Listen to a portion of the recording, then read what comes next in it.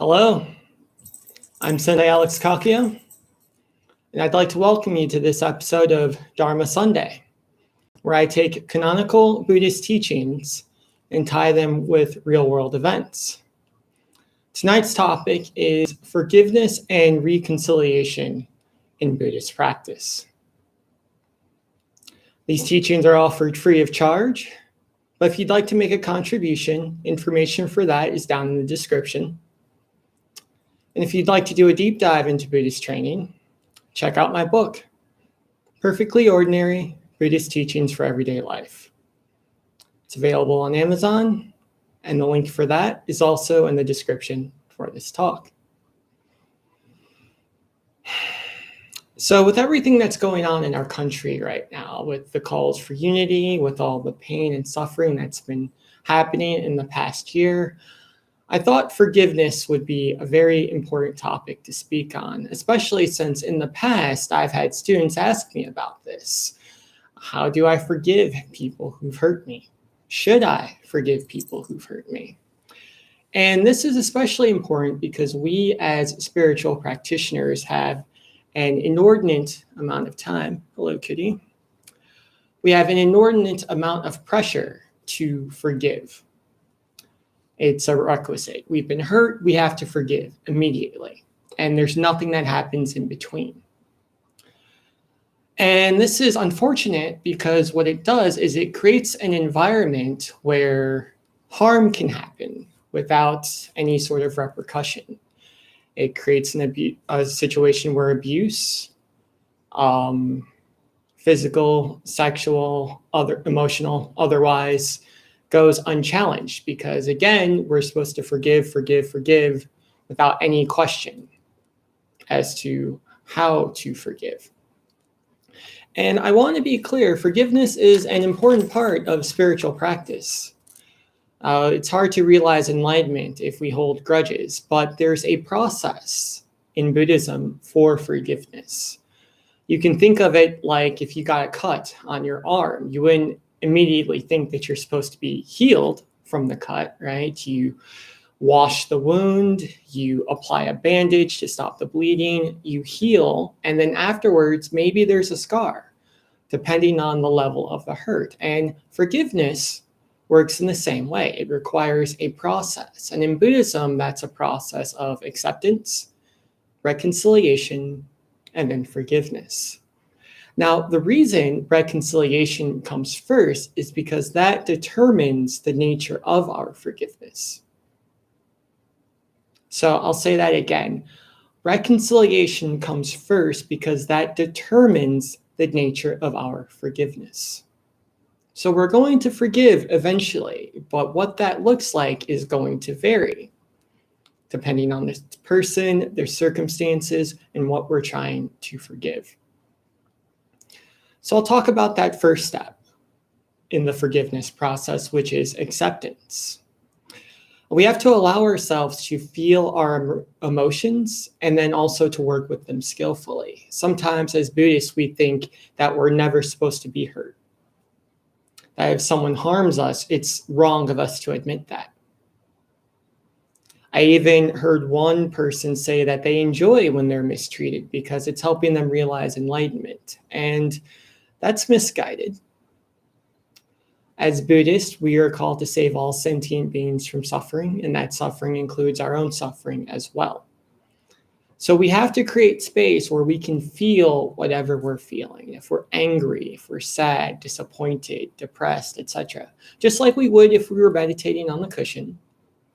We allow ourselves to feel those emotions and we accept that that's part of our experience. We don't try to be some cosmic stone Buddha that feels nothing.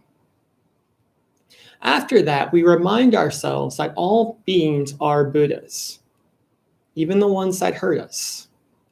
And this is important for two reasons. One, by reminding ourselves that we are Buddha, we are reminding ourselves that we're deserving of love and compassion. Sometimes people mistakenly think that because we're spiritual practitioners that our needs don't matter. That's incorrect. Again, our needs are just as important as anyone else's. We are Buddhas. But by the same token, the people who harm us are also Buddhas. They're not behaving in accordance with their Buddha nature, but that doesn't change the fact that they are Buddha. And to give you an example of what I mean by that, I'll do a very short reading from the Lotus Sutra. And this is regarding the Bodhisattva Sadaparibhuta. And the story says there was a Bodhisattva called Sadaparibhuta. At that time, the Fourfold Assembly was becoming attached to its own interpretation of the Dharma. Bodhisattva Sadaparibhuta would approach them and say, "I do not belittle you. Practice the path and you will all become Buddhas." After hearing this, all the people insulted and disparaged him. But Bodhisattva Sadaparibhuta patiently bore this. As he neared the time of his death, when he had expiated his past errors, he was able to hear this sutra and his six sense faculties became pure.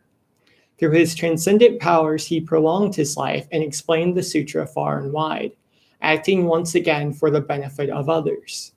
Those who were attached to their own interpretations of the Dharma were led and inspired by this Bodhisattva and were enabled to abide within the Buddha path.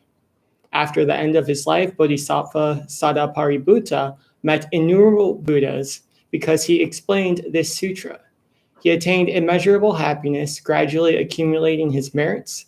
He quickly attained the Buddha path. The Bodhisattva Sadaparibhuta of that time was none other than I. Because the Fourfold Assembly, which was then attached to particular aspects of the Dharma, heard Bodhisattva Sadaparibhuta say, "You will all become Buddhas," they have since met innumerable Buddhas. Those people are none other than the 500 Bodhisattvas and laymen and laywomen of pure belief who are now gathered before me. So what the Buddha, that was the Buddha speaking in that passage, telling a story. And what he's saying is that he was Sadaparibhuta. He was this individual who was constantly telling other people that they were enlightened beings, that they were Buddhas. But they mistreated him as a result because they were attached to their own views of what Buddhism was and how they were supposed to practice. But even though he was mistreated, he kept reminding himself and them that they were Buddhas. And as a result, many of them realized enlightenment. And then in their next life, Sadaparibhuta became Shakyamuni Buddha, and those people who mistreated him became part of the assembly. The 500 monks, nuns, laymen, and laywomen who were part of the story. So what we're seeing here is what in Buddhism is called grace. We extend grace to ourselves, and we also extend grace to others. Even if they act incorrectly, they are still Buddha. And what that allows us to do is treat both them and us with compassion, even in the midst of us trying to reconcile harm. And that's important because as we go through this process of acceptance, reconciliation, and forgiveness, that allows us to work from a place of wisdom, love, and compassion instead of greed, anger, and ignorance. So after we practice acceptance towards the feelings that we have, after we remember that we and the other person are all Buddhas, all trying to make our way in this Saha world, the next thing we have to do is investigate our desires. What's causing us to feel those emotions I mentioned earlier? Now, as I said previously in other talks, desire is a natural part of life, and that's why suffering is also a natural part of life. We desire for people to treat us a certain way, and sometimes they don't do that, and we suffer as a result. Perfectly normal. But what are the desires we have that aren't being met? And are those desires reasonable? Maybe they are, maybe they aren't. So, for example, if someone is supposed to come to a party that we invited them to, and they don't come, well, it's reasonable for us to be upset about that. And that's something we need to engage in this reconciliation process. But if they don't come because their car broke down and they didn't have another form of transportation, and they called to let us know about that, well, we're still going to be upset, obviously, but now our desire, it's unreasonable for us to think they should have been there when they let us know they couldn't be. So it's normal for us to be disappointed, but we don't necessarily need to go into a full reconciliation and forgiveness process in that case. So we investigate those desires that aren't being met. We investigate those needs, because that list, if we determine that those desires are reasonable, that it's reasonable to say, hey, don't yell at me, don't cuss me out, don't steal my things. If we determine our desires are reasonable and they aren't being met by this person, well, then that's when we go into the next phase, which is reconciliation. And what we do at that point, very simply, once we've kind of got ourselves under control, is we go to the individual and we tell them how we feel. Now, this is a scary thing. It requires a lot of vulnerability on our part, but it's important because it lets us know the nature of the relationship. If we're not in a place with this individual that we can go to them and say, honestly, hey, this thing you did, this bothered me, how can we repair this relationship? Then it may not be a healthy relationship. And that's something we need to look at. But let's assume that it is a healthy relationship, that we can go to them and be vulnerable and talk to them about our feelings. How do we do that? Well, very simply, we use I statements. I feel this way because this thing happened. How do we fix this? One book that I found that's really great in this vein is Nonviolent Communication. It's written by Marshall B. Rosenberg, PhD. It's not a Buddhist book necessarily, but it has a really good teachings on how we can communicate with people in a nonviolent way. So I recommend using that if you're not sure where to start. But long story short, assuming it's a healthy relationship, we go to this person, we tell them what happened, we tell them how we feel, and we ask, what are some solutions to make this better? And this is a negotiation, and I'm using that word purposely because we're negotiating what the relationship will look like moving forward.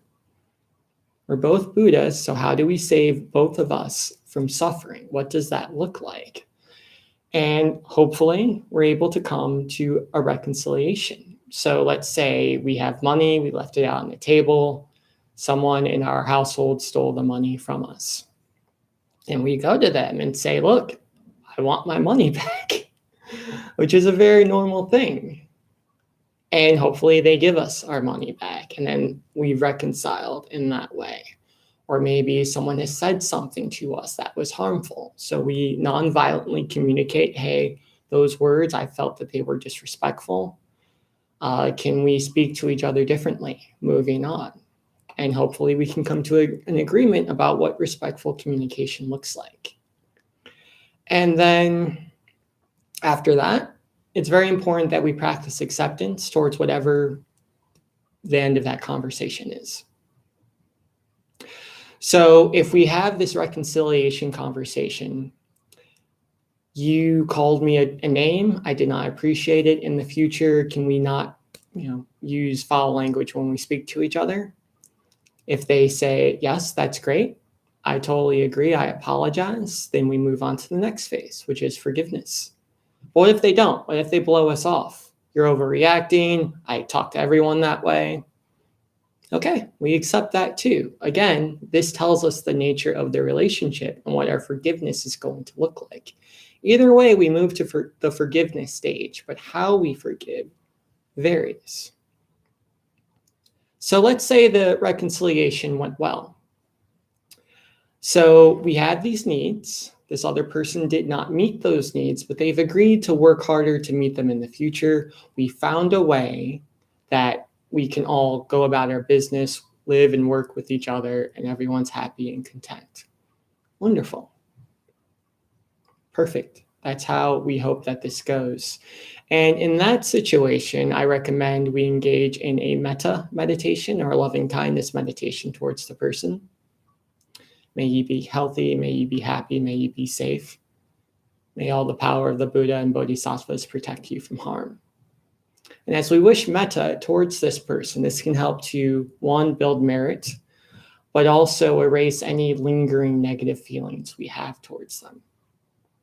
Now, let's say that the reconciliation doesn't go well. that they blow us off. You're overreacting. I don't care. I'll call you whatever I want. Okay. We forgive them as well in that case. But the nature of the forgiveness changes. We now know the relationship is not what we thought it was. We know we can't depend on this individual to fulfill our needs or our desires in that aspect of life. So maybe we change how we interact with them. If we know we can't be around them, let's say they fly off the handle when they're drunk. Well, now I know, based on our conversation, that you and I can't be together when you're drinking. So if you're drinking, I don't want to be disrespectful, so I will leave in that aspect. We just won't share space during that time. Or maybe it's a discussion about politics, or it could be any number of things. This is just an example. But again, we practice acceptance. We understand that our needs and desires can't be met by this individual. And again, we engage in metta meditation, because even then, there's still Buddha. May you be happy, may you be healthy, may you be safe. May all the power of the Buddha and Bodhisattvas keep you and protect you from harm. So we forgive them in either case. We wish them metta in either case, but how we interact with them in the future changes based on the reconciliation conversation. If we come to an agreement during the negotiation that says, I can still depend on you to meet these needs and desires, then the relationship maybe doesn't change much. If the reconciliation doesn't go well, we still forgive them, but now we know I can't interact with you in this way. I can't trust you, right? You stole money from me. You haven't agreed to not do that in the future, and you didn't give me back the money you stole. You're still a Buddha, but now I know I can't trust you anywhere near my money or my finances. It's unfortunate, but just like what happened in the Lotus Sutra, sometimes that happens. And hopefully in our next lives, we'll be able to reconcile with these individuals, as the Buddha did with those people who disparaged him in the past, even though he only told them that they were Buddhas. So that's the three-step process: acceptance, reconciliation, and forgiveness. And we can see the Buddha live this out in his own life multiple times. He worked with people who did terrible things. Some of them were thieves, some of them were serial killers, and he engaged in this process of acceptance, reconciliation, and forgiveness before he allowed them to become part of the Buddhist Sangha, assuming they became monks. And even if they did not, this practice, acceptance, reconciliation, forgiveness, still took place. A good example of this is Angulimala, who was a serial killer. Historians believe he was part of a death cult that believed that if you kill 1,000 people, then you would have some sort of enlightenment. And he got close. He killed 999. And the Buddha was made aware that Angulimala was in the area. And he purposely went wandering and did alms rounds in a place where he knew Angulimala would find him. The Buddha turns away no one. So Angulimala saw him walking down the road, and he attempted to kill him. But the faster Angulimala ran, the farther away he got from the Buddha. So Angulimala cried out, "Why can't I catch you?" And the Buddha said, "Because I'm standing still." Eventually, the Buddha allowed Angulimala to catch up to him, and they had a conversation. And the Buddha told Angulimala, "Pull a branch off of that tree in front of us." So Angulimala did. And then the Buddha said, "Now put it back." And of course, Angulimala could tear off the branch, but he couldn't put it back. He couldn't recreate and repair the tree exactly like it was in the past. And the Buddha, remember, Angulimala was part of a death cult, said, "You can destroy life, but you can't create it. You can't care for it. Which do you think is better?" And upon hearing this, Angulimala fell to his knees and asked to join the Buddhist Sangha. He became a monk. So here we have the acceptance process. Buddha acknowledges that Angulimala, even though he is a serial killer, is also a Buddha. We have the reconciliation process, which continued after the fact, but it started with Angulimala throwing away his sword. So he left the death cult, symbolized by him throwing down his sword, and then he kneeled at the feet of the Buddha, essentially saying he was going to stop his bad behavior. And that's important. It's not a reconciliation, you did something bad, you can continue doing bad things. It's fine. It's, you did something bad, I forgive you, but you've agreed to not harm me in this way in the future. Now, after Angulimala joined the Buddha's monastic order, the story doesn't stop there. Even though he was forgiven for his misdeeds, even though he was accepted into the order, the village still saw him as a serial killer. Remember, this man was so murderous that entire villages would be deserted. They would all run away when he was coming down the road. That's how scared of him they were. So now that he was a monk, that didn't erase all of those ill feelings, and he was mistreated. He would go on alms rounds and no one would give him food. He would get beaten up. And the Buddha instructed him to accept this as part of his penance for what he had done. You killed a lot of people. They're angry at you. This is your karma now. So we see in the story of Angulimala, we see acceptance, the acknowledgement that he was a Buddha. We see reconciliation. He threw away his sword. He kneeled at the Buddha's feet, swore to never kill again. And we see forgiveness after that. But even after the forgiveness, there were still hurt feelings with the villagers. And that's important. We have to remember that this process is not a one-time thing.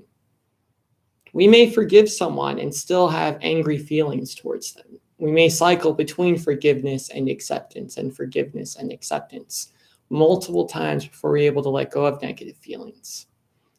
If we harm someone else, there may be some ill will, even after we've made reconciliation. That's part of the process too. So forgiveness is not a way for us to clean the slate. We as human beings, we're social creatures. We don't like conflict. And we often put the impetus on the victim to forgive quickly and without strings because we want to not have to deal with the conflict anymore. But that's not realistic, nor is it correct Buddhist practice. We have to empower victims to speak up for themselves. And we have to understand that something has to give. Reconciliation has to take place in the process that I mentioned previously in order for us to move on with our lives. Again, if you're cut on the arm, you don't expect to heal overnight. You stop the bleeding. You place a bandage, and then it heals. And after it heals, there may still be a scar. So it's important for us as practitioners to understand, even after forgiveness has taken place, even after we go through this cycle, we may need to go through it again because there's a scar. And that's perfectly normal and perfectly natural part of living in this Saha world as imperfect Buddhas who are still human beings. Amitabha.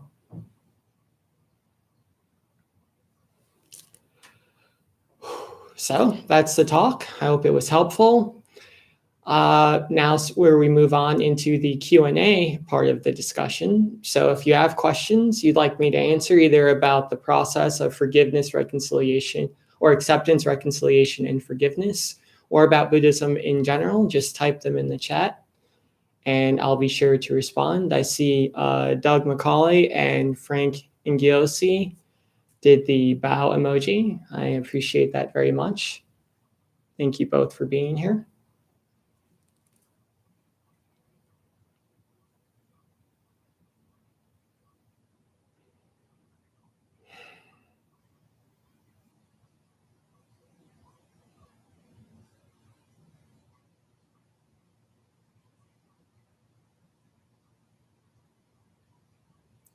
And while we're waiting, I'll just let you know some announcements. So Dharma Sunday is something we do every Sunday at 6:30 p.m. Eastern Standard Time, if you'd like to join us.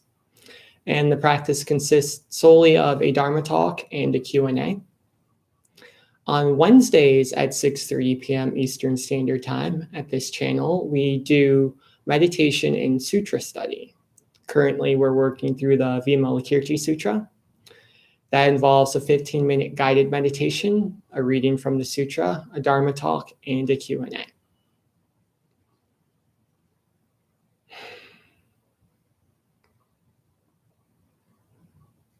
Okay, well, looks like there are no questions for this evening. Thank you everyone for joining me. I always like to remind people that your presence is very important part of the practice.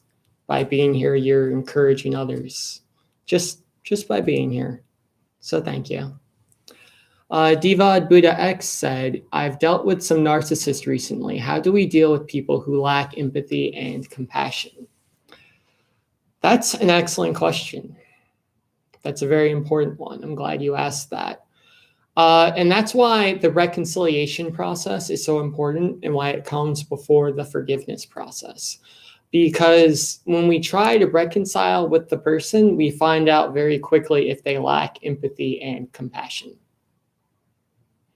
So if, let's say you called me a dirty word, and I come to you part of the reconciliation and say, look, you said this thing, it really hurt me, I don't appreciate it. Can we just agree in the future to not speak to each other that way?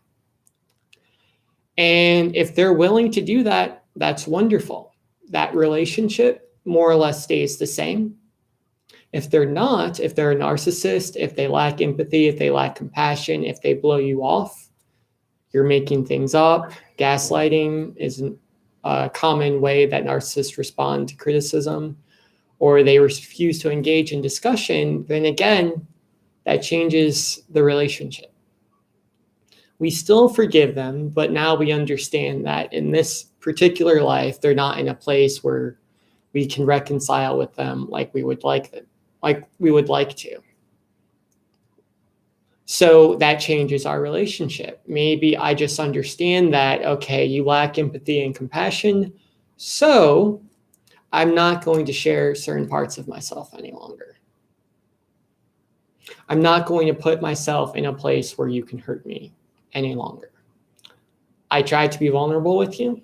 I tried to explain my situation, and clearly this isn't working. So I have compassion both for you, because I don't want to bear you any ill will, but also for myself, I'm going to restrict our interactions. And what that looks like may vary. So the example I used earlier was actually a real example from my own life.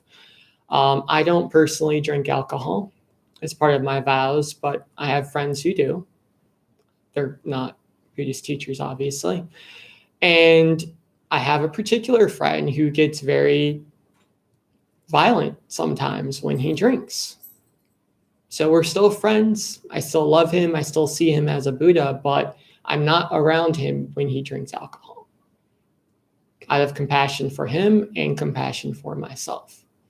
So if you're dealing with someone who lacks empathy and compassion, then you can work with that relationship in various ways to ensure that they don't cause harm to you and you don't cause harm to them. And that can look like any number of things. And it's just up to you to use your wisdom in order to determine what that is.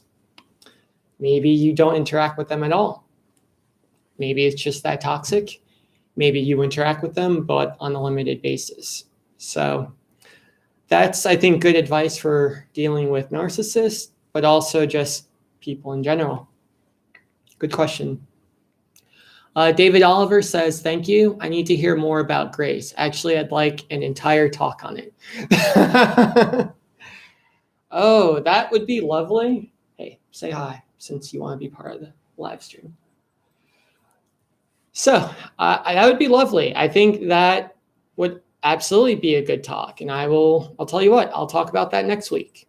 Next week's Dharma Sunday will be about grace. I think that's an important topic. For anyone watching, I do take requests. So if you have something you want me to speak about, just let me know and I'll do so. Just leave it in the comments. Just very short explanation, David. So when we talk about grace in Buddhism, what that really comes down to is an understanding of Tathagata Garbha, or the womb matrix of Buddha. So we are all Buddhas because we all come from the Tathagata Garbha. The Tathagata, or the Dharmakaya, is the primordial essence of Buddha, of enlightenment, of Buddha. So just like you're related to your mom and dad because you come from your mom and dad, we are all Buddhas because we're born from the primordial essence of Buddha, from the primordial essence of enlightenment. That's our source. Therefore, we too are enlightened. Now, where the grace comes into play is that in the Saha world, this defiled world, in our current state as Nirmanakaya, which is physical Buddhas, we have defilements, we have greed, we have anger, we have ignorance. So we don't always act in accord with our Buddha nature. We saw that in the story from the Lotus Sutra. All the people there were Buddhas. The Buddha told them that numerous times, but that did not stop them from disparaging him, calling him names, etc. So that's where the idea of grace comes from, very simply. I'll talk more about it next week, but very simply, it's the understanding that even though we're imperfect, we are still enlightened beings. We're still worthy of love. We are still worthy of wisdom, of compassion, etc. And that's important because that teaching of basic goodness, of original enlightenment, it's called Hongaku, is important because it allows us space to forgive ourselves when we do misdeeds. It also allows us space to forgive others if they do misdeeds. So that's the quick 5-minute version of grace in Buddhism, but I promise I'll talk more about it next week. Anko says, this was interesting, Sensei, because when I meditate, my mom does things that make a loud noise, like sweeping the floor or closing the door. I told her that what she's doing is creating that anger in me. I've already told her, but she continues to do it when I meditate. How should I respond to this, Sensei? That's a good question. Tonight's discussion, acceptance, reconciliation, forgiveness, is right there in that specific area. It sounds like you've already tried the acceptance and the reconciliation. You spoke to her in a kind, loving manner. She heard your wants, your desires, and she still continues to sweep the floor and close the door while you meditate. And that's unfortunate. Obviously, that's not what we want, but it is what it is. So what do we do? Well, the first stage is acceptance, to accept that this is the state of the world that we live in. And then we have to figure out, what does forgiveness look like? So maybe we just have to accept that we're going to have to listen to sweeping and doors closing while we're meditating. In Buddhism, we call that the content of our meditation. Naturally, we would want our meditation to be dead silent, but that's not always the case. I used to live with roommates, and they used to do similar things. You know, they'd play video games, they talk loudly, and I just had to accept the fact that living in that space, that was going to be part of my meditation. And what that acceptance did is alleviated a lot of the anger that I felt. You mentioned that this situation creates anger for you, which is completely normal. I felt anger as well when I had a similar situation, but that practice of acceptance was important because that allowed me to assuage that anger. I had to give up the desire for a quiet, orderly meditation space and simply accept that loud noises, video games, parties at times were going to be part of my meditation. Now to continue breathing through it all. It sounds like you may need to do the same. Practice acceptance towards the environment. Change the nature of the relationship, that I no longer expect my mother to be quiet during my meditation. I have to give up that desire because it's causing me anger and it's causing ill will. The other option is maybe there's another place where you can meditate away from your mom. So I've had other situations where my family, frankly, was not very supportive when I first began studying Buddhism. And during times where I wanted to meditate, I had to meditate away from my family. They're now very kind and loving and supportive of it, but in the beginning they weren't. So I had to accept that fact and just understand that Buddhism wasn't something I could talk about with them. That if I wanted to meditate, I had to do it away from them because they weren't supportive of my practice. And I'm not saying that's the situation for you. I'm just saying that sometimes this is the types of situations we have to deal with. So what I would recommend for you, Anko, and it's completely normal for you on a quiet space to meditate, but if that's not the case, I would recommend that you practice acceptance towards the fact that that's just not going to happen, and change your expectations of the relationship, where I no longer expect my mom to be quiet. She's made it clear that she's not going to be. Allow that to be part of your practice. Learn to meditate in the midst of all the noise. And if it's possible, maybe you just find another place to meditate away from her so that you're not distracted. So, yeah, it's a tough situation, but I hope it helps. And then David Oliver gave the bow emoji. Thank you, David. I appreciate that.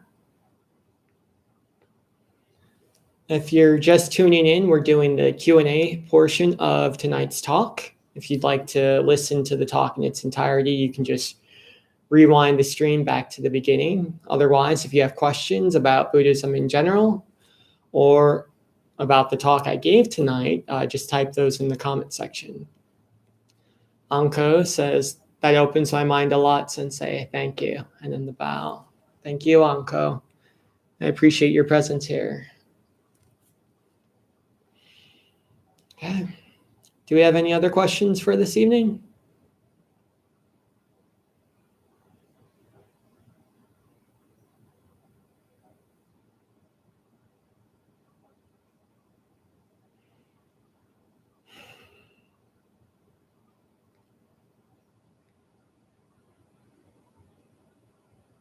All right, wonderful. Well, thanks so much again for joining me tonight for Dharma Sunday. I hope to see you on Wednesday for meditation and sutra study. And if not, I'll see you next Sunday when we do Dharma Sunday again at 6:30 p.m.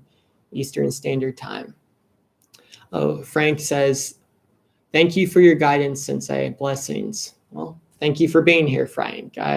Your presence is a blessing to me. So I appreciate all of you supporting me in my own practice. It's very powerful. Thank you. Amitabha.